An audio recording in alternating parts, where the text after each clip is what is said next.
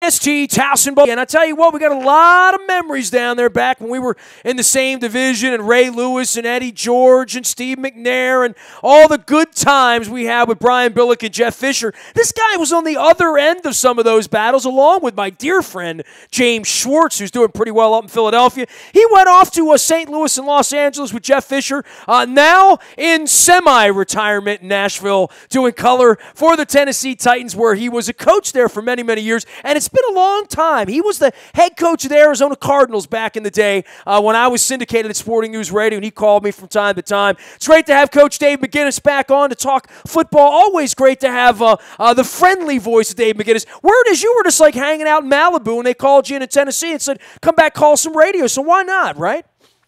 Well, exactly, Ness. It's great talking to you, brother. Yeah, life was rough out there on Malibu Beach. I promise you, it was tough.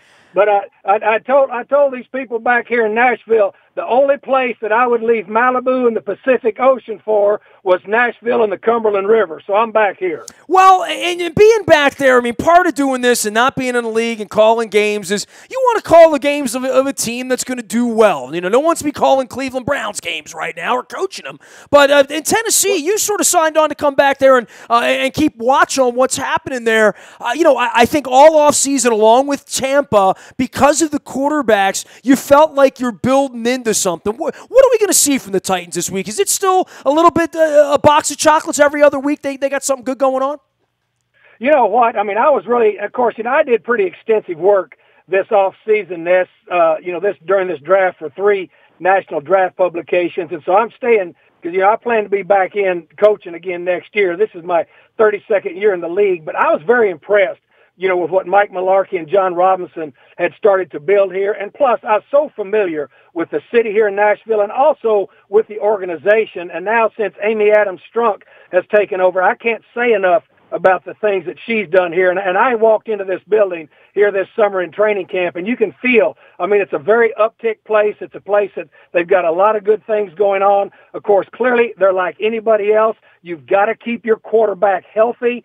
And when Marcus is healthy, they've got a very physical football team, both offensively and defensively. They've got a very experienced coaching staff, Ness, much like the Ravens do. And I know most of those guys, just like I know a lot of John's staff there in Baltimore. So this was a good situation. I knew the people here. I knew the organization. I knew Mike Keith, who's a 20-year play-by-play guy here. So it was a win-win for me. Well, seeing a little bit of a choppy effort, right? And as you said, they kind of go as Mariota goes, and it's no different for the Ravens with Flacco, and he'll be in concussion protocol this week. And first off, you have any thoughts on that hit to the head of Joe Flacco on Thursday night? I think the last thing a quarterback thinks about in 2017 when he puts his feet out in front is getting a forearm shiver to his head. I think quarterbacks think they're protected when they're doing that, and for that, they're even more defenseless than a defenseless receiver would be, right? Well, in this day and age of where the quarterback is, and plus, with everybody as conscious as they are of the concussions and everything that brings, clearly the quarterbacks are protected. Now, you can see on Kiko Alonso there where it was a bang-bang thing, but you just got to stay away from the quarterback. That's the day and age we live in. As I said, I've been coaching in this league for 32 years. I've seen the evolution of this league, as far as the rules. But the rules today, you've got to stay away from the quarterback. How do you coach it? You coached linebackers for a decade. You've coached defense. And during the period of time here, this tender period where, Coach, it was 5 years ago. We were in the Super Bowl, and Ed Reed and Ray Lewis on their last legs are at the Super Bowl on the podium screaming for harder hits. They're taking the hard hits out of this. That's never coming back again, Coach. You know that, though, right? No. It's never coming back because everybody is, it's just a different age, and everybody's so aware of the concussion, the repercussions. Anyway, it's a different age, and so the rules are the rules. The rules are the same for everybody, and basically when you're coaching defense, in this day and age, your target zone is from the shoulders to the waist on your quarterbacks. You've got to stay away from them. If they even attempt to start sliding, you got to go over them. That's just the rules. It's the rules everybody's living by, and that's what the officiating department is calling. That's what all 32 teams know. I've been involved in a lot of these symposiums and owners meetings.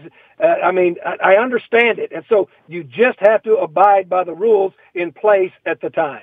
So, Coach, what happens when it's your quarterback's head who gets taken off and he's your $25 million guy and he's your only or best chance to win? There's no 15-yard penalty. There's no FedEx from the league with put $100,000 in or, hey, take a couple of weeks. So there's none of that that's going to give the Ravens their quarterback back. I mean, I guess that feels like the most unfair part of this because if you headhunt a quarterback, there's no repair for that for the team, right? Well, right. I mean, and again, but that's, and again, I know John very well there. I mean, he's of course a very established head coach in this league. He understands the rules. A lot of times you don't like what happens. When I was a head coach, there are things, but once it happens, seriously, you do have to move on from it. Do you like it? No. Do you have to deal with it and move on? I mean, that's what this league is. This league really stops for nobody, Ness. You know that. Absolutely. He is a longtime NFL coach. He was always a great guest of mine on Nasty Nationwide back in the day. A longtime Titans coach, as well as the Rams out in L.A., and now back in Tennessee calling the radio. He will be in Tennessee this weekend. Our big party's at Piranha's in Nashville on Friday and Saturday. All the details up on our Facebook, as well as our Twitter, LinkedIn, all those places. All right, so give me a little primer on the Titans here from what you thought you were going to see when you came in from the outside calling these games to a 4-3 football team. It's had a little bit of rest now, trying to get its quarterback right, and trying to really make a second half push here in not just a division, but also a conference where the whole thing's wide open. I think we saw that on Sunday through the games, Coach. No, absolutely, Ness. And as you said, Sunday's games, as you looked at them, I mean, this league is so balanced right now. And again, the Titans, they're very similar. I mean, they kind of line up, with who the Ravens are too. They're both very physical franchises that pride themselves on playing tough, physical defenses. You made reference to back in the day. It's not much different than it was. They've got two really good running backs here that, and they got an offensive line that they're very proud of, much like, the Baltimore Ravens are. It's a physical football team, and the fact that, Mike Mularkey and Terry Robisky as the coordinator, much like what's going on there with John Harbaugh and Marty Morningwig, they want to be physical, but again, at the same time, as well as I do, Ness, everything that you do in this league revolves around your quarterback. If you don't have a quarterback in this league, Ness, I promise you, all you've got is a highly paid rugby team. Because and so it depends on the quarterback, his health, how he's playing, but both teams are very physical, both offensively and defensively, and they're both at about the same point in the season as to where they both need to make a move. Now, you mentioned that rugby style and running the football. Our defense was pretty stout against the run, and certainly pitching that shutout against the Dolphins have to be feeling pretty good about themselves. It was a world of difference when Brandon Williams wasn't in there. But offensively, when you look at what's happened to this roster from 2 running backs, 3 wide receivers out, 2 tight ends out, Marshall Yanda out, anything that Ozzie and John drew up, Eric DeCosta, all those guys in the offseason about what this team was going to look like in April and May and June, it's been a completely different team now, and maybe without Flacco this week as well. There's only so many second stringers and third stringers and next man up you can put in there before you really start to see this thing suffer. And I think for Ravens fans here, and 20,000 people stayed away from the game on Thursday night, part of it is the rugby style. It's not a very pretty brand of football when you can't throw the football. Well, and here's the deal. And as I say, the quarterbacks, I mean, whether you're running it or throwing it, your best quarterbacks, and to your point, your best quarterbacks have to play, and to your point, your best players need to play too. And of course, Baltimore, having 3 of their good wide receivers out, of course, they had them back last week. Of course, you clearly saw what happened. You always knew that defense was going to get fixed, but Ness, you bring up a real solid point that, again, as I said, I've been doing this for 32 years in this league. Your starters are your starters for your reason. They are your best players. You have everybody on your roster that you expect to step up and play, but to be the best and to be what you thought you were going to be when you put it together at the training camp, you've got to have your best players on the field on both sides of the ball. Dave McGinnis, our coach, longtime head coach in Arizona, assistant coach in Tennessee, as well as during the Jeff Fisher era with the Los Angeles and St. Louis Rams. He's calling the action in Tennessee this weekend. Tell us about Marcus Mariota. I guess throughout the course of time, you had a lot of quarterbacks there. He's as decorated a guy at the collegiate level, and certainly as highly thought of a guy, but needs the parts around him. And part for him really is running the football for that Titans offense, right? Well, absolutely. And then, of course, John Robinson's done a nice job of giving him some pieces. Now, they have to be healthy. And, of course, Marcus has to be healthy, and that's the key. But I tell you this, just being around Marcus, of course, we interviewed him, when he was coming through the combine. I mean, this guy has what you want at the quarterback position, not only physically and athletically, but mentally, his mental approach. And you know as well as I do, Ness, you've been around this game a long time. There are some guys when you sit and talk to them, and you've been in this league a long time, and at this level, you say, that guy has what it takes to be a quarterback, or that guy has what it takes to be a middle linebacker, which is even more than the physical ability. It's the ability to get those around him to play better and to follow him. Marcus has got that. In case of the AFC South and where Jacksonville is, and certainly the Texans losing another tough, high-scoring game to Seattle on Sunday afternoon, 9 wins might win this division, right? The division's changed the whole complexion of it, and certainly with no Andrew Luck, you talk about quarterbacks, and you talk about the Texans with no J.J. Watt, although they have a nice quarterback there. Everything's changed about that division, but I'd be shocked if anybody gets to 10. Well, you know what, and again, you bring up a very good point. This division, and again, it's about winning your division games in this, but it's also about winning your conference games in this thing too, because as you said, this is going to come down to very close.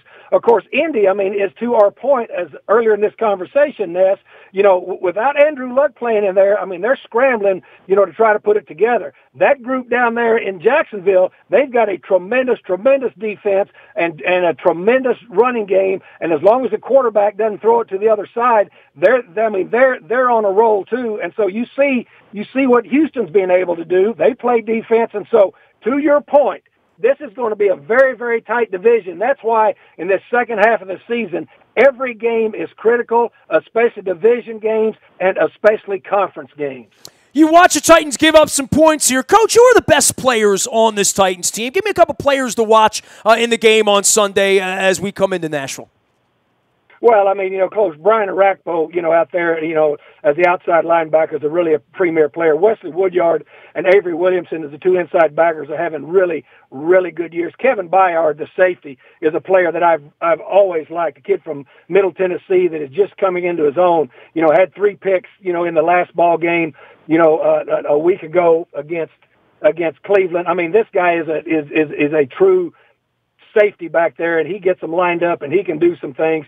And, of course, clearly, that offensive line, both those offensive tackles are premier players in this league. And then, of course, Marcus Mariota is a premier player. Both these running backs are guys that are very, very capable and explosive, and plus they're very physical. So once it's all their pieces are in place, they've got a group to contend with, Ness. Well, you already beat the Jaguars on the road, right? And it's really weird with the blowouts, right? Ravens beat Miami 40-0. They're losing 44-0 to Jacksonville. You guys get 57 to the Houston Texans. It's kind of hard to respond from all of that, isn't it?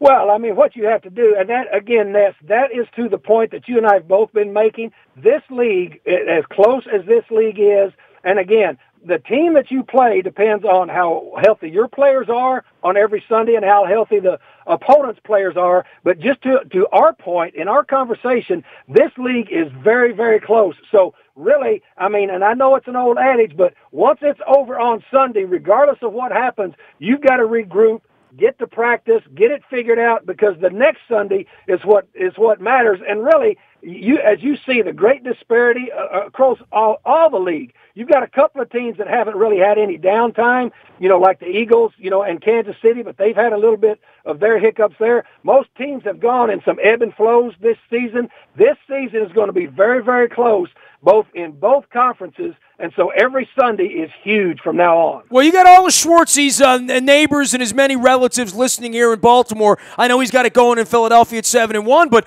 boy, they've cooked up some offense there. They chose wisely at the quarterback position, didn't they, Coach? Well, that Carson Wentz, I mean, he's proven to be, I mean, they're doing a tremendous job. And Jim Schwartz, you know, I worked with Jim Schwartz here for a lot of years. And, of course, again, as I said, I cut my teeth in this league. I came in with the Chicago Bears, you know, in the mid-'80s when they were the best defense going. Jim Schwartz is one of the best defensive coordinators I've ever been around in my life. The way that, as organized as he is, plus he gets it, he's got a feel for it. I mean, Schwartzy is one hell of a football coach, and he's put together one hell of a defense up there in Philly. Well, we fear them, but, you know, we don't like the Eagles around here. We've had our own lumps this year. We're trying to put it together. Nashville, then a bye, then Green Bay for us, Coach. We will see you down there for some of that delightful music. We're having a little party there on Friday and Saturday. Nashville is a great, great place to be, and our fans can't wait to get down there this weekend. Ness, let me tell you something about this place here. This is not Nashville. This is Nash Vegas. I promise you. This place is rolling. Well, and that's just the hockey team, right? I mean, you know, they had it all going on last year, galvanizing that place. So, no, it's incredible what the Preds have done, and then with the Titans coming back like they are. This is a great sports city, and believe me, if you're going to be here for 2 days with your fans coming in here and partying, I promise you they won't be cheated. I will be resting up before I get there, Coach. Always a pleasure to check in with you, and I appreciate you taking our call, talking some football. We'll be listening and following along on Sunday, Coach. Thanks. Yes, you're the best, brother. See you. Appreciate you. Dave McGinnis, longtime coach, head coach, defensive coordinator, linebackers coach, done it all in the National Football League, now calling the Titans games for the first time. He was with the L.A. Rams last year as part of Jeff Fisher's administration, and he'll be in the press box doing it left to right on the radio dial on the Titans radio network. We're going to be around all week. We're going to be at Piranhas in Nashville on Friday night and Saturday. All the details up on our website as well as on our Facebook, Twitter, LinkedIn, Snapchat, Instagram, and, of course, we're streaming live on our Facebook as well as our YouTube WNST TV channel. I am Nestor. We are WNST.net, AM 1570, and WNST Towson, Baltimore, and we never stop talking Baltimore sports.